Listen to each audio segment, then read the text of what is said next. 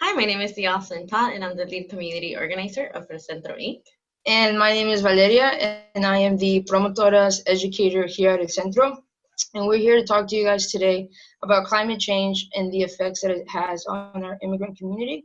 But first, we're going to talk to you guys a little bit about what Centro does. We are a nonprofit organization that focuses on bringing resources to the Latino community. El Centro is uniquely prepared with special expertise to integrate and serve the Latino immigrants of our community. El Centro focuses on this population and their unique needs with the understanding not only of the language, but being culturally competent and knowing how to meet the ever-growing needs of our community. The mission of El Centro as a nonprofit organization is to strengthen communities and empower the lives of Latinos through educational, social, and economic opportunities. Here at El Centro, we have 6 different departments. We have our Academy for Children, which is a fully credited dual language school. It focuses on making sure that the kids are growing up learning both languages. Each classroom has 2 teachers in it. One is teaching in English and one teaches in Spanish. This just makes sure that the kids grow up with both languages instead of forgetting their native language, which can sometimes cause a communication gap between the child and the parent as they get older.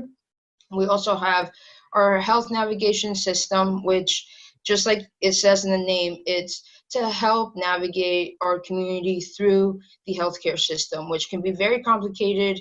And when you add a language barrier on top of that, things can get even more complicated. So our health navigators really help our clients sign up for clinics.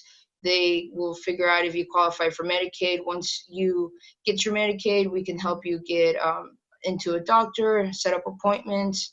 El Centro also has a partnership with the KC Medicine Cabinet, which allows us to help people with emergency dental, eye exams, and prescriptions. Uh, then we have our Economic Empowerment Department, which focuses heavily on education, from first home buyers to preparing your taxes. Our Economic Empowerment Department also offers emergency utility assistance for Wyandotte and Johnson County residents, and they help fill out the I-10 applications, which once a individual gets an I-10 number, that can open the doors for lots of other social services around the city. Then we have our Promotoras de Salud department, which focuses heavily on like prevention when it comes to healthcare. A lot of the community that we serve does not have access to traditional healthcare, so we have to focus on preventative care. Our promotoras help us do nutrition classes and diabetes classes where they discuss just basic nutrition knowledge with the community. After that, we have the Kansas statewide Farm Workers Health Department, which also helps anyone that works in agriculture or in landscaping. A lot of the times, that community is very much underserved when it comes to healthcare because of their status. So that department really helps cover uh, if you need to go see a doctor, if you need an MRI, a CAT scan, if you have prescriptions, if you're a woman and you're pregnant, it can help you cover some of your pregnancy. Then after that, we have our advocacy department, which focuses on voter engagement, uh, on the census, on educating people about public charge. We have the Know Your Rights through that department as well. They do DACA renewal clinics. We do citizenship clinics. There are a lot of misconceptions about our community, and nowadays the Latino communities are a very controversial topic. Um, some assumptions were put on before we're even able to kind of discuss them and to defend our own community. A lot of some of the misconceptions can be that all immigrants are from Mexico. A lot of the times when we see it on the news, it can seem like, Mexico is sending its people over when a lot of times they're not Mexicans. It's some Mexicans, it's Central Americans, people from South America. That can be one misconception. Others are that that they're all criminals. That's it's obvious, I would say, why that's a misconception. Not everyone that comes over here is a criminal. We're often asked why we don't do things the legal way. A big misconception is also that there's not a there's not a pathway to citizenship right now. So the only way that one can fix their status is through marriage or through a some sort of assault, to where then you can apply for certain visas. But as far as doing it the legal way, there is not a pathway to citizenship. So it's not just as easy as applying. Also, for once you do apply, that can take years for you to get some sort of result from that. There's also the misconception that we're taking jobs away, that we don't pay taxes, when Latinos provide a huge boost to this economy. A lot of us do pay our taxes. Like I said, here at El Centro, we can help you with that whole process. A lot of Latinos, through their ITIN number, they pay taxes through that. And then the fact that we're lazy, which contradicts the fact that we're taking jobs. I don't know if we're lazy or if we're hard workers. It goes back and forth. We want people to understand that we are humans too. And right now, our population is facing a very hard and trying time. And we are trying our best, I would say, to kind of work with what we've got. And climate change is affecting our population also more now than ever, especially when it comes to minorities. Minority groups are going to be faced by climate change in a much tougher way than just about anyone else. Hey, so as Valeria was stating, it is a very difficult stage for our communities right now. So going back to the main topic, climate and immigrants, how do they go together? Again, Valeria has started to give you a little bit of what's going on, but let's dive a little bit more into it. As we have talked about it, it's a very controversial topic. And the first thing that you think is migration. And the one thing that we want to clarify with immigration and migration is the fact that it is happening. That's something that it's widely known. But the reasons why it's happening, dealing with climate change, is because their hometowns are getting affected tremendously by the changes that are happening within our environment. Where they used to grow crops, it's not growing crops anymore. Where they used to have 100 jobs, and because the factory shut down, there's not 100 jobs anymore. So what do you do? What at that moment, how do you react to it?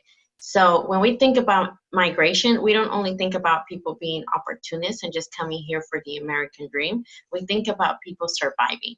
We think about them thinking, what am I going to put in my family's mouth the next day? Am I going to have food? Am I going to have enough money to take my child to the hospital, to drive them up the street to the school, or get him a uniform, etc.? It's a survival thinking, a survival mode thinking of trying to figure out, how do I upkeep myself and my family? And that can be immediate family, or that could be mom, dad that are struggling at this moment because the economy isn't thriving back at their hometowns. So again, once more, it's not that our people are opportunists. Sometimes it's just they're surviving. And because they're surviving, and now they come here to this new world, what happens when they need that help? What happens when they're facing climate changes here and they're getting affected personally? So to give it in a nutshell, it's kind of like the Medicaid idea. You have to be poor and, right? So here with climate change, you're Latino and. You're Latino and probably undocumented, or you are in a mixed status family. What does a mixed status family means is that you may be a citizen, but your mom may be a resident and your dad is undocumented and your little brother is still in the process. So that we would define as a mixed status family, because you don't have the same legal status on everybody, which can bring up limitations when you're looking for that healthcare access. So going back to Latino N, so you can be Latino N undocumented or mixed status. You can be Latino and working at high risk areas. You can be Latino and not having the same resources and access to healthcare. You can be Latino and not have the language accessibility, and you can be Latino and not have resources at all in your community. So what does this look like when it comes into their daily lives? Their daily lives, we talked about them not having the same access to healthcare. The main point right there is that not everybody gets to get healthcare because you do have to be legal. You do have to be a resident or a citizen to even be able to get an insurance. And if you don't have insurance, as all of us know, that is one of the first things that they ask you in the hospital. And they can retain you or keep you waiting just because they haven't gotten that paperwork from you. And if it's a dire situation at this moment, it can be life or death for them. Or they may wait a long time before they even access anything on healthcare because they don't want to go there because they know that they're going to take forever. They don't want to go there because they don't want to out themselves. Or they don't want to go there because they don't want to out one of their family members. Because even then, you have to think of, if my mom can't come visit me or if my mom can't check on me, how am I going to feel safe on being in the hospital alone? Next thing would be Latino and you work in high risk environments. The high risk environments are manufacturing, are agricultural, and construction. So looking at manufacturing, you may be working in a factory that is really cold or it's really hot or it doesn't have great conditions for you to even be there to be working. So if you're working in construction, one of the things is that you may be working out in the hot all day. So you're under the heat and you don't have the same guidelines, you don't have the same safety zones, you don't have the same healthcare that everybody does. So in that end, you're going back into that survival mode or having to be in this at-risk situation and environment because there is no other way of getting food in your table, getting that check weekly. So you are going to work those hours, you are going to work under the heat, and most likely you are going to work without giving them much paperwork and giving you much back for the same reason that you don't want them to out you, you don't want to out yourself, or you don't want to out your family member because half the time we are taught that we need to be walking with our head down to make sure that we don't bother anybody. And a lot of Latinos just do that. They walk with their head down and they're going to be quiet because they're not going to want to bother, because they don't want to be noticed, and because they want to still stay in the shadows because of the environment that we're living in. Adding on, we already talked about construction. We talked about manufacturing. Let's talk about agricultural. Agricultural is the same thing. You're working long hours outside or maybe inside. You're going to be not having the same safety guards, safe zones. You may not have the same breaks. You may have to do double the number. You may not be getting paid the amount that you should be getting paid. So you're going to work those extra amount of hours. And it goes back to putting yourself in those situations where you're literally feeling and seeing that climate change in your body, in your skin. And the things that used to work before with the lotions, they're not as usable anymore. Not to say they're not functional, but they're not as effective as they used to be. So let me tell you a little bit of statistics of what's going on. In 2015, there were statistics stating that Latinos worked in this area. So 48% of Latinos work in the nation crops and livestock production, and 28% of them work in construction areas. Again, working outside put them at a high risk level of extreme heat. Going on, because they do work in these extremities, they are 3 times more likely to die on the job from excessive heat than people who are non-Latinos. And that is a huge number for a lot of the people who do work in these areas. Going on, we talked about healthcare and we talked about how they don't have the same thing. So Latinos generally have less health insurance coverage than non-Latinos. So they struggle more in the healthcare system, especially when it's affected by the climate change illnesses that they undergo. And sometimes they just don't even know and they don't go get checked because, again, they don't have the proper documentation, or they don't have the insurance, or they don't have the money, and a lot and keeps adding on.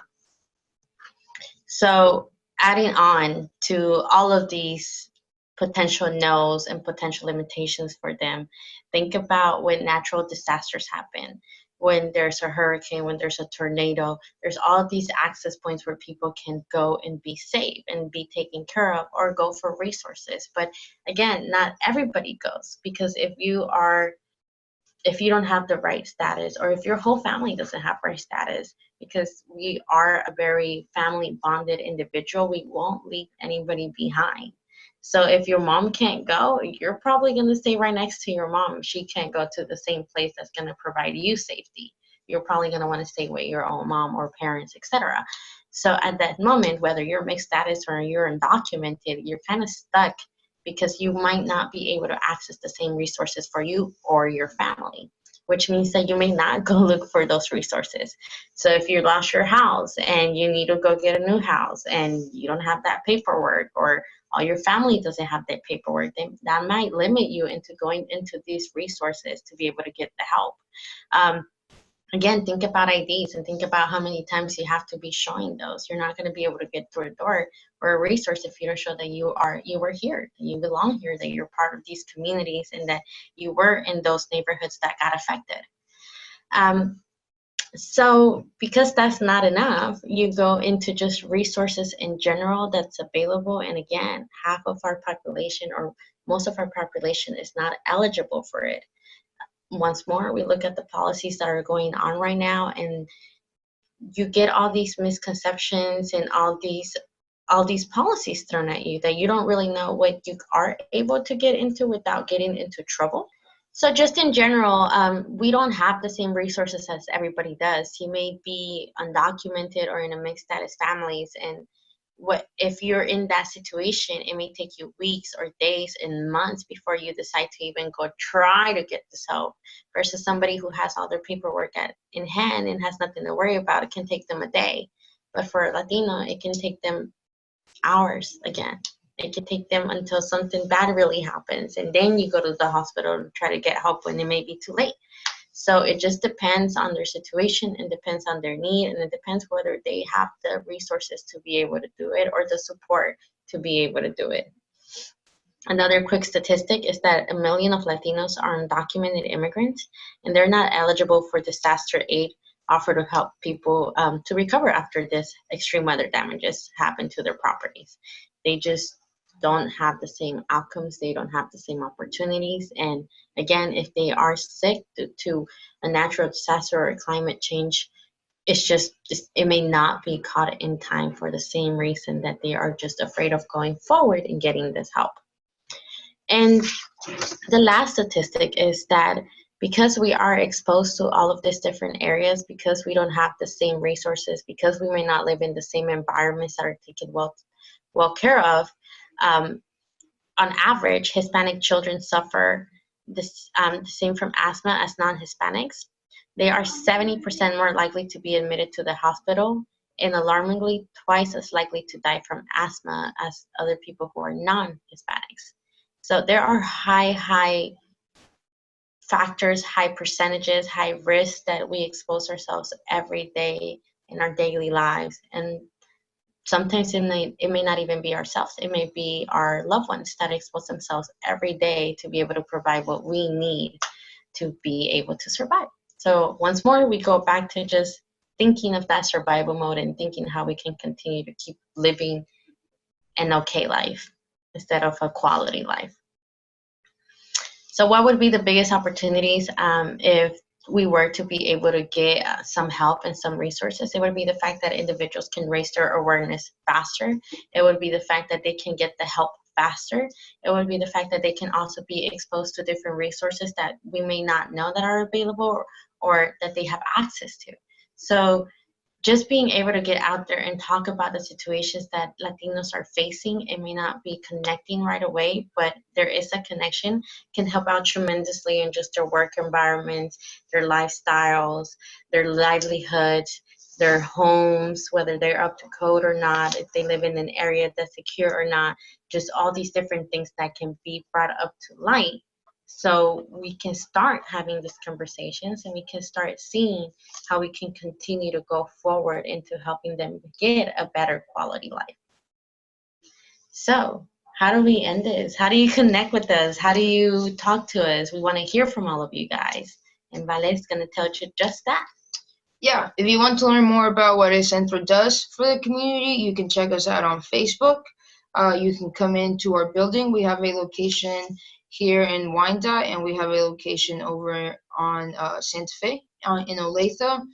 We have our web page, and you can also just call in and set up a short meeting, and one of our staff members can give you a tour and tell you all about the services that we offer here.